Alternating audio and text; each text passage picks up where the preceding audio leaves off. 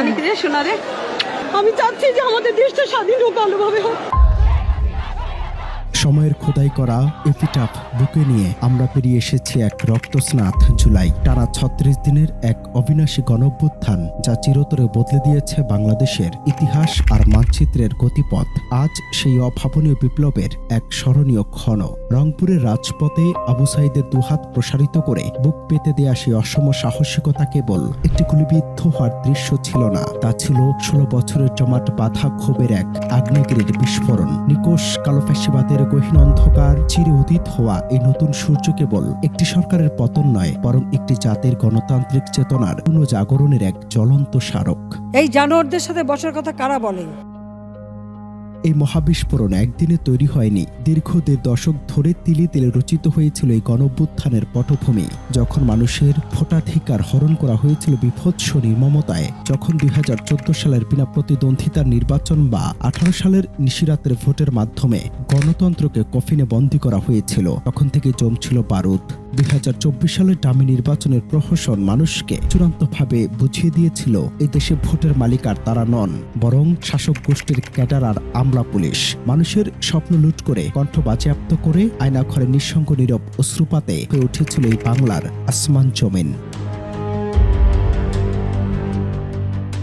তবে দীর্ঘ এই সময়কালে উন্নয়নের রোল মডেলের এক মায়াজাল বোনা হয়েছিল। পদ্মা সেতু, কর্ণফুলী টানেল বা মেট্রোলের ঝকঝকে অবকাঠামোর আড়ালে চলছিল রাষ্ট্রীয় সম্পদ লুটপাট আর বিদেশ অর্থ পাচারের এক মহা উৎসব। বেনজির মতিউরদের মতো অলিগার্কদের দুর্নীতির কেচ্ছা কাহিনী, কিংবা খোদ সাবেক প্রধানমন্ত্রী শেখ হাসিনার মুখে ৪০০ কোটি টাকার মালিক এক পিয়নের গল্প প্রমাণ করেছিল সিস্টেম কতটা ধ্বংস হয়ে গেছে।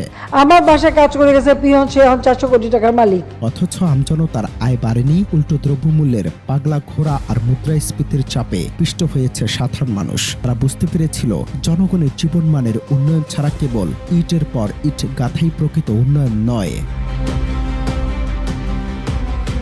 এখানে শেষ নয়।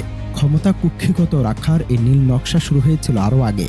১/১১ সেই অশুভ ঐক্যের মাধ্যমে বিরোধী দল ও জিয়া পরিবারকে নিশ্চিহ্ন করার এক আন্তর্জাতিক ও দেশীয় ষড়যন্ত্রের ছকে সাবেক প্রধানমন্ত্রী বেগম খালেদা জিয়াকে মিথ্যা সাজানো মামলায় কারাবন্দী করে বিনা চিকিৎসায় পঙ্গু করার চেষ্টা করা হয়। অমানবিক নির্যাতনের শিকার হয়ে দেশ ছাড়তে বাধ্য হন বর্তমান প্রধানমন্ত্রী তারেক রহমান। রেহাই পাননি রাজনীতি থেকে দূরে থাকা আরাফাত রহমান কোকো। বিএনপি, জামায়াত সহ সকল বিরোধী রাজনৈতিক শক্তির উপর চালানো হয় ইতিহাসের এক অকল্পনীয় নির্যাতন, যার উদ্দেশ্য ছিল ফ্যাসিবাদের পথ কণ্ঠমুক্ত করা।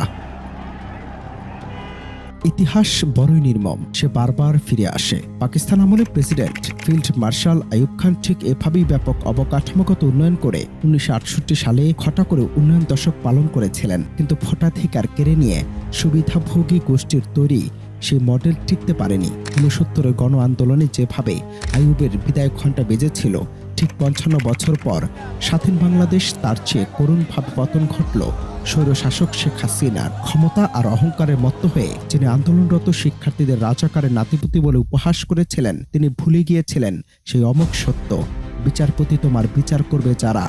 আজ জেগেছে সেই জনতা। তার মানে কি মুক্তিযোদ্ধার সন্তান নাতিপুতিরা কেউ মেধাবী না? যত রাজাকারের বাচ্চারা নাতিপুতি হলো মেধাবী, তাই না?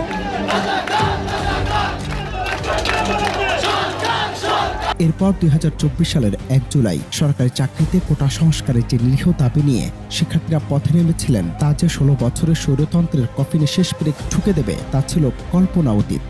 সরকার যখন গায়ের জোরে বুলেটের ভাষা সেই প্রতিবাদ কঠোরভাবে দমন করতে চাইল, তখনই তা জুলাই বিদ্রোহের রূপ নেয়। এটি আর কেবল একটি দাবি পূরণের সংগ্রাম রইল না, এটি পরিণত হল সর্বস্তরের জনসাধারণের ন্যায্য, যৌক্তিক ও মৌলিক মানবিক অধিকার প্রতিষ্ঠার এক অবিস্মরণীয় ও দ্রুতমনীয় বৈপ্লবিক উৎক্ষেপে। হাতের মুঠোয় প্রাণ নিয়ে রাজপথে নেমে এলো লাখো জনতা, মুখটান করে দাঁড়ালো জুলুমবাজ শাসক গোষ্ঠীর অন্যায়যজ্ঞের বিরুদ্ধে।